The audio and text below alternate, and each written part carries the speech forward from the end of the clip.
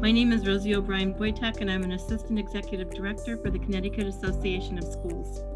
We at CAS are very excited to collaborate with the Office of Early Childhood, the Connecticut State Department of Education, and the Regional Education Service Center's RESC Alliance to support the needs of all of Connecticut's youngest learners, including children with special needs and other vulnerable populations, by sharing with you the most current information as well as research and best practices for early childhood education.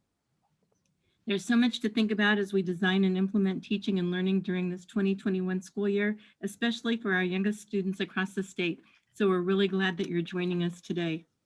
Just a couple of quick reminders. Everyone's been muted to begin with, but once you get into the breakout rooms, please unmute yourself to talk with each other. If possible, please turn your video on, as it's nice to be able to see everyone, especially when we're working in small groups. When we're working as a whole group, you may ask questions in the chat or raise your hand with the button at the bottom of the screen to be recognized. Please use the chat feature to ask questions, share ideas, and let us know if you have experienced technical problems during the Zoom meeting, as we will be monitoring the chat. However, when you're in the breakout rooms, the chat feature is only seen by the people in your breakout rooms. So if you have questions or need help when you're in the breakout room, please use the help button and one of the hosts will pop in and respond. This webinar is being recorded, but only during the whole group activities. We're unable to record the small group conversations during the breakout room portion of this webinar. However, the rest of the webinar will be recorded and will be posted for future viewing. So please be sure to share the link to this webinar with your colleagues once it's posted on the CAS, OEC, CSDE, and RESC websites. Again, I'd like to welcome and thank all of you for joining us today. It's now my pleasure to introduce our facilitator for this continued conversation, CES Early Childhood Administrator, Suzanne Clement. Welcome, Suzanne. Thanks, Rosie. Thanks so much. And thank you for everyone being here this afternoon. I know it's challenging to be here at the end of a long day, and today is even a holiday for certain schools. So I appreciate everyone's time to be here together today.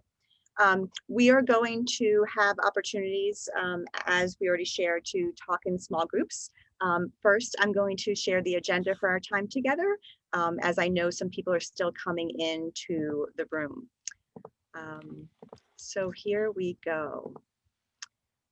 So our goal today is to talk about family engagement in a pandemic. And certainly when I use the word family engagement, I also mean partnerships between schools and families. I tend to interchange those two terms throughout our time together today. You'll certainly hear me doing that. So today our goal is to really think about the role of teachers in preschool distance learning and the role of families as well, and to remind ourselves that we are all in a process of understanding that term preschool distance learning, since it is a term that most of us had never heard of before March.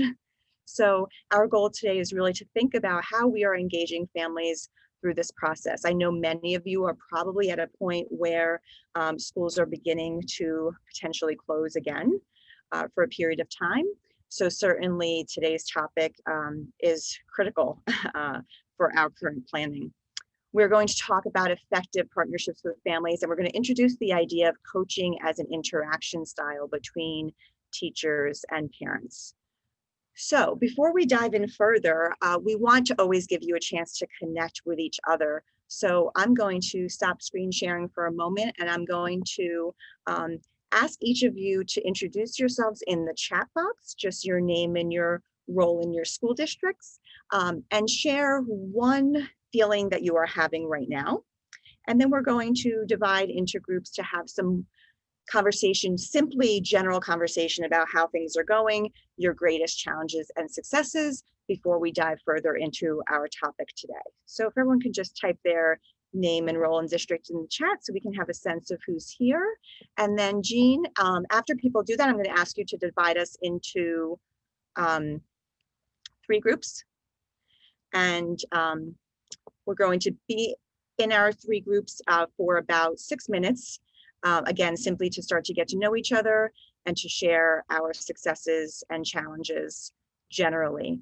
And part of that also is that we really want to know things that are your highest priorities so that we can take that into account in our future planning as well. Okay, so I see some people introducing themselves in the chat.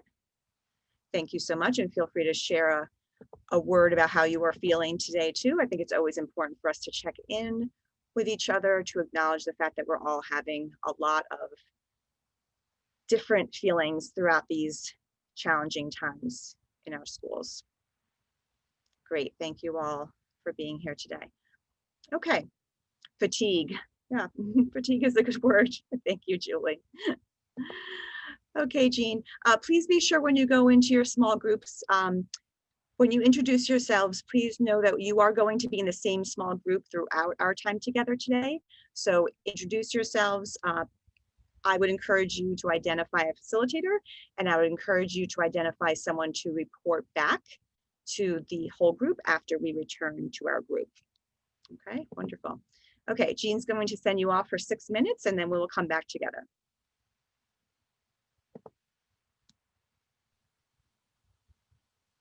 Welcome back, everyone. It's just going to take a minute for everyone to filter in.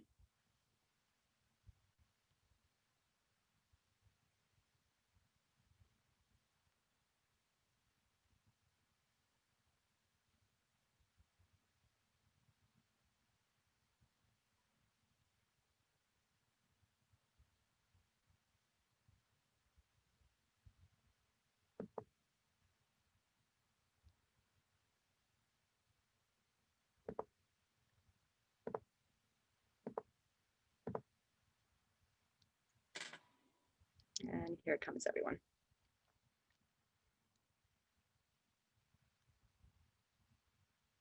Wonderful. Welcome back, everyone. I hope you had an opportunity to connect with colleagues and share some of your successes and some of your questions and challenges in order to support one another. I would encourage, if you assigned a recorder or a reporter, to have that person share in the chat box a question or a highlight from your conversation, and we will certainly use those to plan future opportunities. And also, if we have time at the end, we may have the opportunity to come back for any burning questions that you've had come up in your group. Okay, so feel free to type those in the chat. It's important for us that we capture all of your important conversations. Okay, so I'm going to go back to share my screen and dive into some content around family engagement before we go into our next small group conversation. So, as some of you may have seen, the Office of Early Childhood and the State Department of Education have produced a clip that's about 20 minutes long that really describes this idea of preschool distance learning and the fact that it's really about what adults are doing to facilitate children's routines and children's play. It's not about recreating preschool classrooms on a screen, but instead it's about thinking about how we can support all of the caregivers who are supporting children throughout the day to create high quality experiences.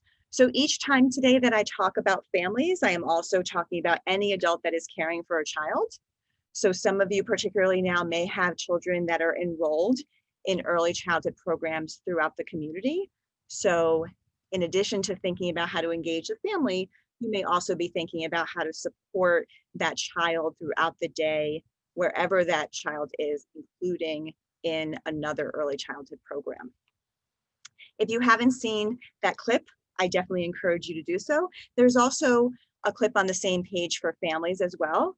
The one for families is a little bit shorter. It's about 15 minutes long, but it really does a great job at supporting families and understanding that in our current times, supporting a child, say, in 3rd grade is very different than supporting a child who's 3. So as part of that support from the State Department of Ed and the Office of Early Childhood, you also may have seen a potential planning tool that looks like this. At the top, you'll see all of our domains from the Connecticut Early Learning and Development Standards. And to the left, you see times throughout the child's day. The idea here is that teachers can support families in thinking about how to provide high quality experiences throughout the child's day. You may decide that the actual tool, the actual chart, is a bit too much. There's a lot of information here. So I've seen teachers take it in smaller chunks.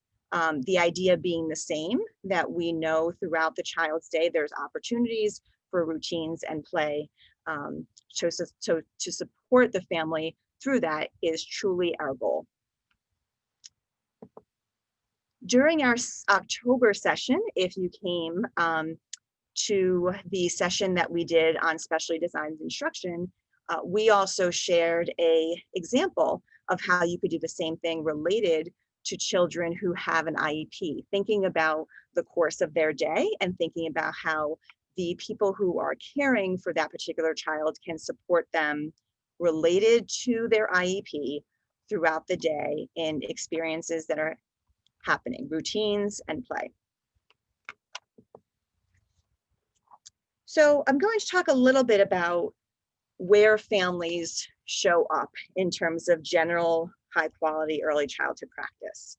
So when we think about our early learning and development standards, we have some very concrete ideas about the relationship between early childhood programs in schools and families. The idea here being that families are the primary caregivers and educators of children, and that they are critical partners in all early learning environments, so home and school. So our goal right now, because the context of our teaching has changed, is to think about how do we support the adults who are caring for children throughout their day.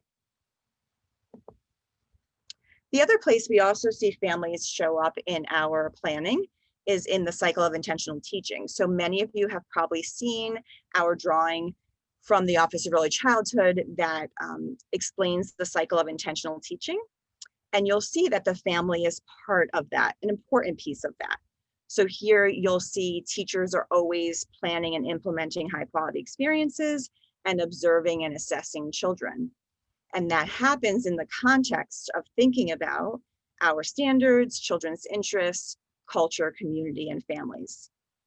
So families are still part of the cycle of intentional teaching, even in a pandemic, and even more so. So I'm going to stop screen sharing for a minute, and I'm interested in people sharing ideas about how do you think the role of the family in the cycle of intentional teaching has changed in our current times. And I encourage you to use the chat box or feel free to unmute. How has the role of families in our cycle of intentional teaching changed in the pandemic?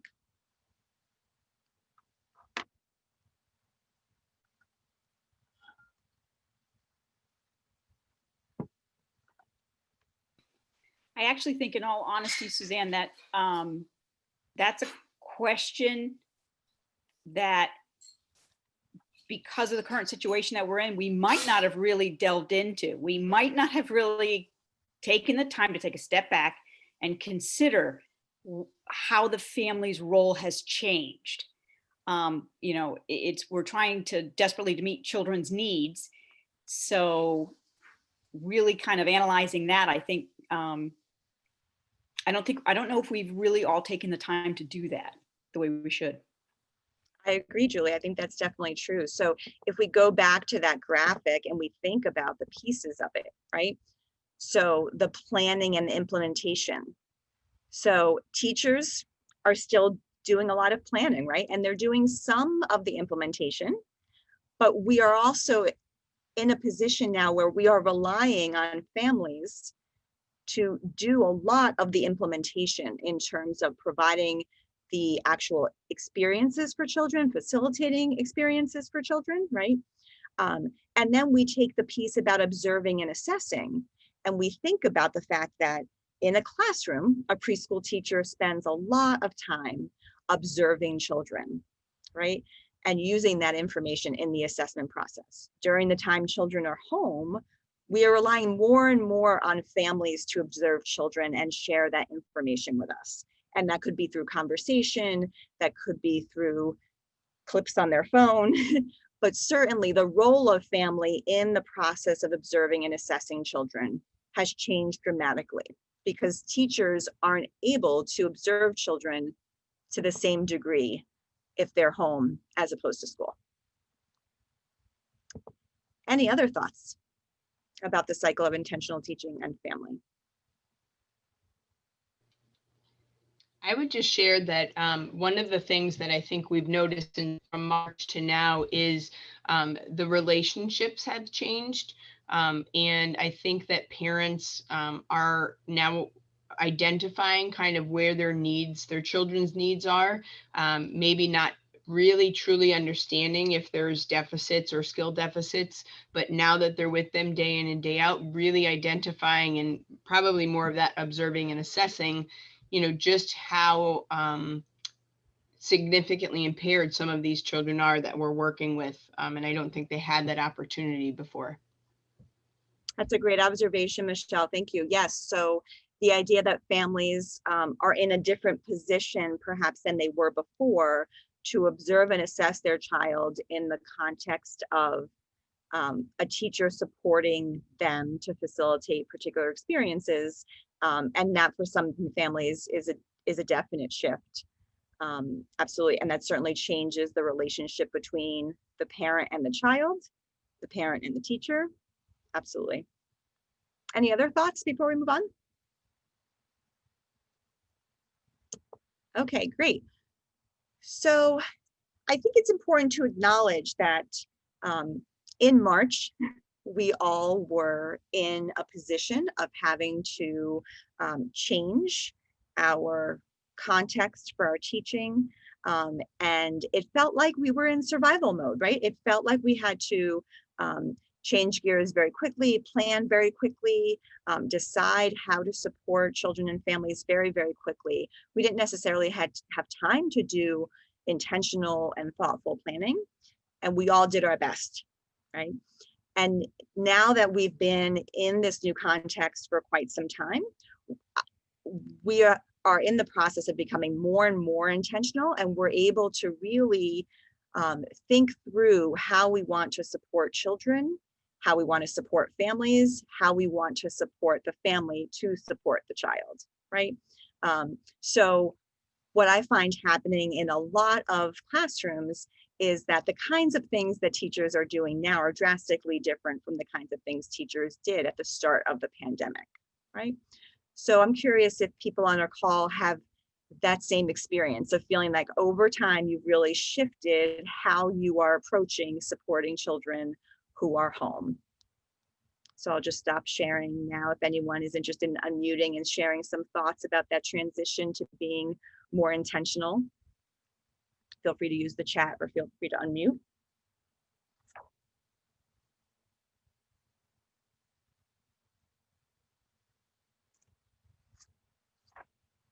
And it looks like Kim is trying to unmute, maybe.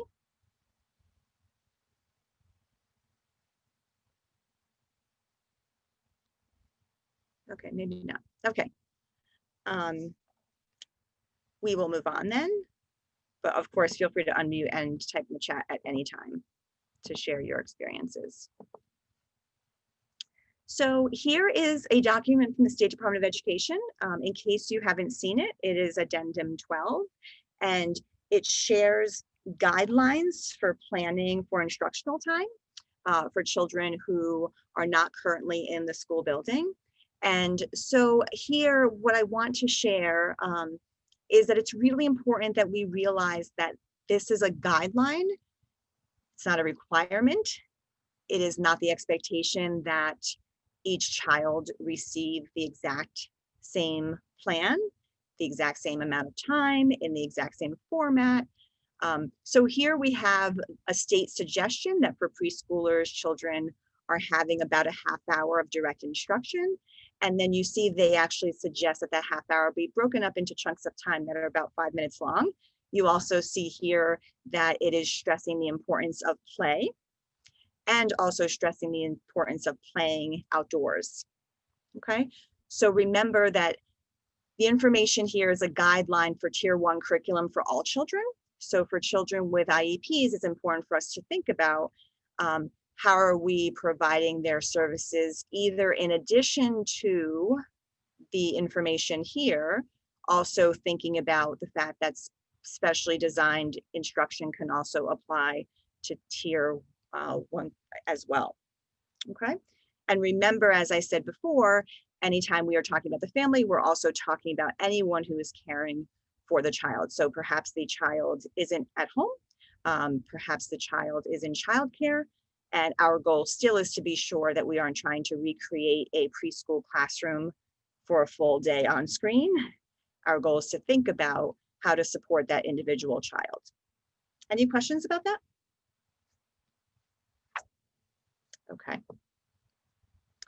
Okay, and the last, I should say the second to last piece of information that I'll share before we go back into small groups is here's a slide that specifies the suggestions from the Academy of Pediatrics regards to screen time. So I share this again as a guideline for teachers in terms of planning to think about that the Academy of Pediatrics suggests that children from 2 to 5 years have no more than an hour of screen time per day. So again, I share this as preschool teachers think about structuring a day for a preschooler to ensure that the expectation isn't that preschoolers are on screens for an extended period of time. While at the same time, we also want to acknowledge that we are in a pandemic, and the information that I'm sharing here is not to be used to judge a family which has an increased amount of screen time. We know there's a lot of reasons why there are some families who will definitely have children exposed to screens for more than an hour. And it's currently a challenging time for people for a lot of different reasons, okay? So again, it isn't a requirement, it's certainly information for us to think about in terms of our planning. Okay, so we're going to talk about strengths-based perspective in family engagement, and then you're going to have a small group conversation about this. So I think a really important component when we think about family engagement is our acknowledgement that all families have strengths. So all families are different. All children learn in the context of their family. All families want children to have positive experiences. All families deserve to feel respected. And to me, the one that's most important is that parenting is a difficult job for every parent, especially in a pandemic, right? So it's really important for us to acknowledge the fact that our families are experiencing a variety of circumstances, just as all of our teachers are also experiencing a variety of circumstances as well. So coming from a place of acknowledging families' strengths and thinking about how to utilize family strengths to support teachers in thinking about planning for children and families, okay? So as teachers, as early childhood educators, because I imagine we have some people on this call that perhaps aren't classroom teachers, but perhaps you're an OT or a speech pathologist or a PT, it's important for us to think about how do we acknowledge, honor, and I'm sorry, there's supposed to be a comma there, family strengths, right? So how do we, in our relationships with families, really focus on families' strengths? So I'm going to ask Jean to send you off to your breakout rooms and to have that conversation about family strengths. And then we are going to come back together and go a little bit deeper in terms of talking about how we gather information to support each of our children and families in our classrooms. Okay, Jean, thank you. To how you acknowledge and honor family strengths.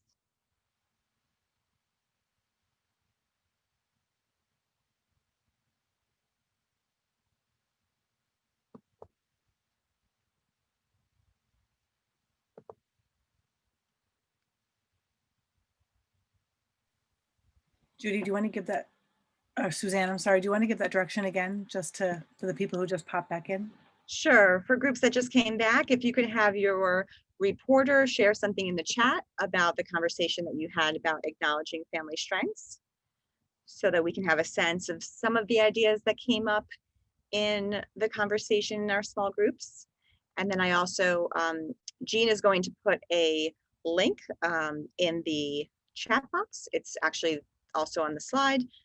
It's going to take you into an opportunity where you're going to share any words that come to your mind when you think of partnerships with families, and we are going to make a word cloud with those. So thank you, Judy. So providing families autonomy, really acknowledging all that families are doing, right? Because we know that they're already doing so much and they often don't have someone to really take notice of that, right? Absolutely, great ideas. Feel free to continue to type in the chat, and you are going to go and Jean just put it in the chat. Click on that link and it should take you to a screen which asks you to type in any words that come to mind when you think about partnerships.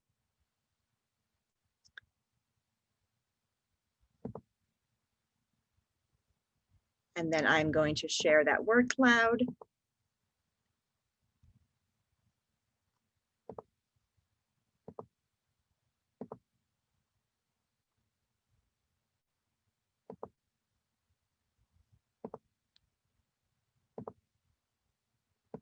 And here it is right there. So we see words like trust and listening and collaboration.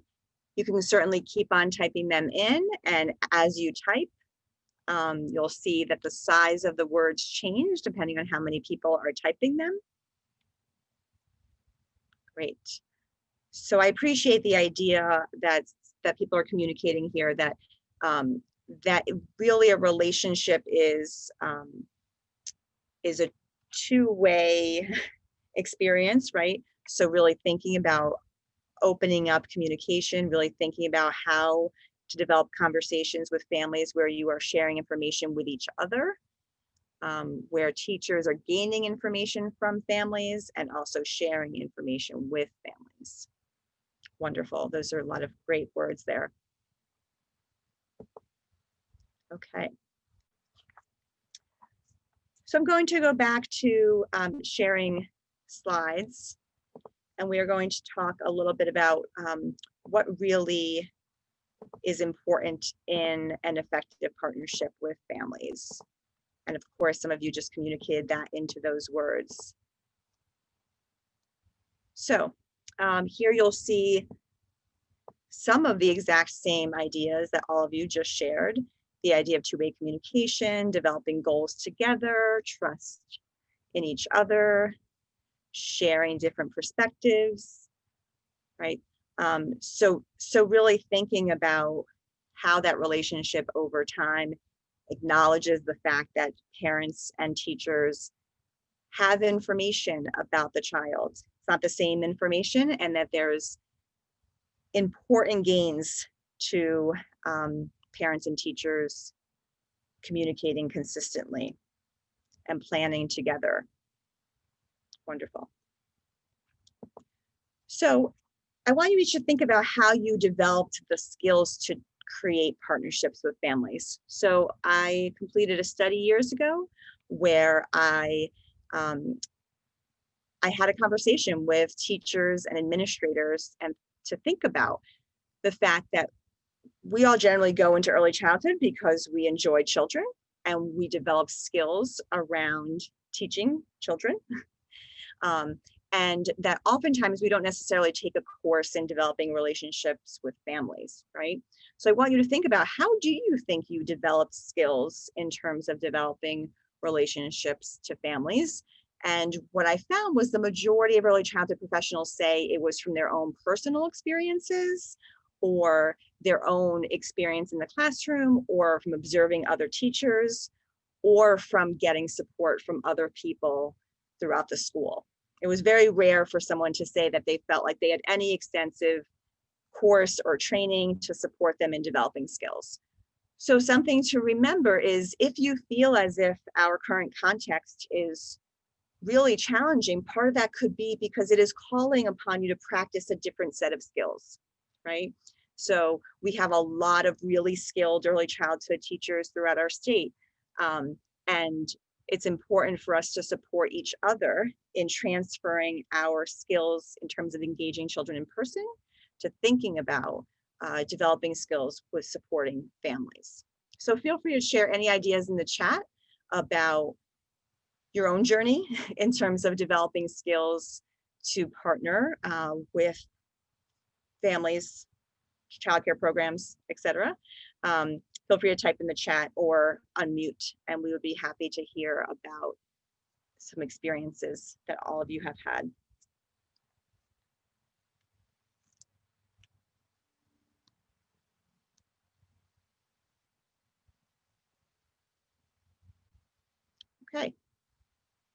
So we will move on to our next small group experience, which is part of the skills in terms of developing partnerships with families is about how do we learn what families need and how do we incorporate that into our planning, right? So if we think about that cycle of intentional teaching and think about the fact that in order to plan experiences to support children and families, we really need to get to know what families really need in these current times, okay?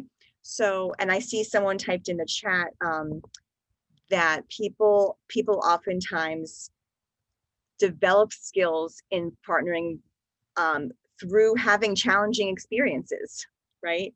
So it's trial and error, and it's at times having challenging experiences that have you realized, oh, wow, I could have handled that differently, or I have to try something new. Absolutely. I think that's a great point, Jessica, and thank you so much for sharing that. So I'm going to ask Jean to send you out into your groups again.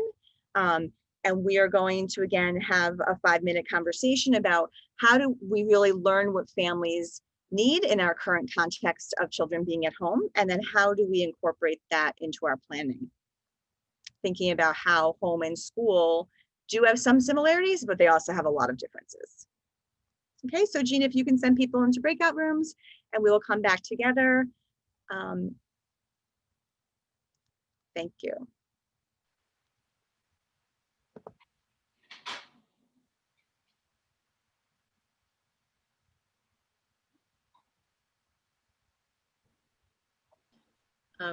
Sorry, Suzanne, I'm gonna hijack for a minute. So to the group 3 Darcy School people, if you want to put the question in the chat box that you were asking as we got exited from our breakout session, feel free to do that. So abrupt. Thanks, everyone. I hope you had a good conversation about thinking about families' needs, how you learn what families' needs, and how you incorporate that in your planning. If the reporter from each group has something to type in the chat that stood out from your conversation, we would be happy to have a sense of the kinds of things that came up as you were discussing families' diverse needs and how we as educators can find out about them and support them. Okay, so someone is saying in the chat that they didn't get the handouts or from last time, so we can be sure that we figure out how to make those available. I believe they're on the CAS site, but we can certainly be sure to support you with that. I think they are on the CAS site, but I can check again tomorrow. But if you put your email address in the chat, we can also make sure that we send them to you. Absolutely. So I hope that a concept that came from your conversation was that each family is different, going back to our idea about all families have strengths and all families are different. And that a role of ours, particularly in this pandemic, is to really learn about families' individual needs, just like we learn about children's individual needs in the classroom, right? So as we do that, you'll recall that I, in the agenda, said that our goal today is sort of introduce the idea of coaching as a way to support families. And certainly when we think about exploring what families need and incorporate that into our planning, the way that we can potentially do that is through thinking about developing a coaching relationship between teachers and families, similar to the way early childhood professionals do before children turn 3, right? So in our birth to 3 service throughout our state, right? Children are in the context of home, and our birth to 3 providers take time to really explore the child, but also the family, and develop that relationship over time to support the family, to support the child. So there are a variety of things that have an impact on our ability to partner with families. And so our last activity for the day in our last 5 minutes is going to be a Jamboard activity where we're going to share some ideas about the kinds of things that could potentially impact our relationships with families, particularly things that are important for us as teachers to think about as we become more intentional, right? So Jean is going to put the Jamboard in our chat so you can click on it, and a Jamboard looks like this if you're not familiar with Jamboard. So you can go to the side here on the left and click on this square, and it'll bring up a sticky note. And you can type anything here, and it will appear on our Jamboard. And we will not know at all who typed it. It's completely anonymous.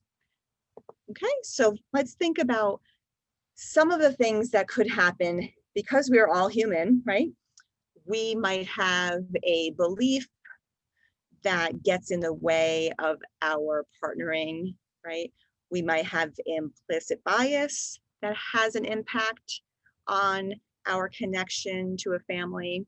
So I'm interested in people just sharing ideas here on the Jamboard to support us in really thinking about how we can be thoughtful as teachers to acknowledge the fact that as humans, we are going to have thoughts and feelings that could impact our ability to partner. And the more reflective we are and the more self-aware we are, the more we can acknowledge that and move forward to support children and families. So you'll see there are already some ideas on here because we had a session with early childhood administrators last week. So here is a combination of ideas from all of you. Oops, I just moved the question, I apologize. So we'll just take another minute or so to do that. Some great ideas here about common assumptions, right, that can come up for us and have an impact on the kind of communications we have with families. Absolutely.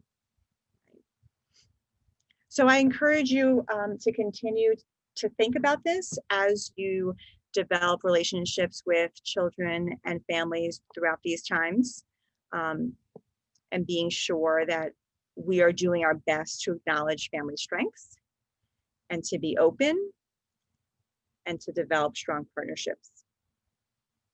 Yes, all families are doing the best they can in the moment they are in. That is my mantra. I don't know who typed that, but I absolutely agree. It is so true. It's a great ideas here. Thank you so much for sharing all those. And Suzanne, I would add that teachers and administrators are doing the best they can in this moment too. Absolutely, Carol. Yes, thank you for saying that. So important for us to continually acknowledge all the hard work that we are all doing in these times.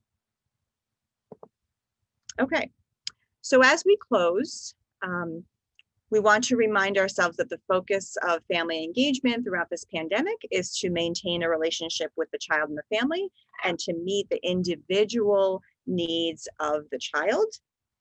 And the way we can get to do that is through considering how to implement a coaching interaction style between teachers and families. And we will be diving deeper into the idea of coaching between early childhood professionals and parents in our December session. Okay, so I hope you will all consider returning then to continue our conversation. And please feel free to type anything in the chat to close, particularly if you have ideas about important topics for us to plan for in the future.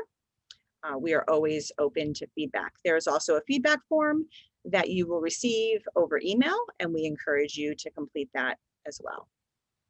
Okay. So Suzanne, can I just interrupt for a second? I'm not sure if the three people who want the handouts in the slide presentation, if they're talking about the October presentation that we did, the slides and the handouts, everything's on the CAS website. So if you just go to CAS, so CAS-CIAC.org and click on the running table going down on the homepage, you'll see the October session. So that's on there, and we will put the November one up as soon as we get everything together. Same place. Wonderful. Thank you to all my partners here today, and particularly the State Department of Ed for supporting our time together today. Please join us for our time in December. And it is November, so I will say happy Thanksgiving and thank you for being here. Have a great day.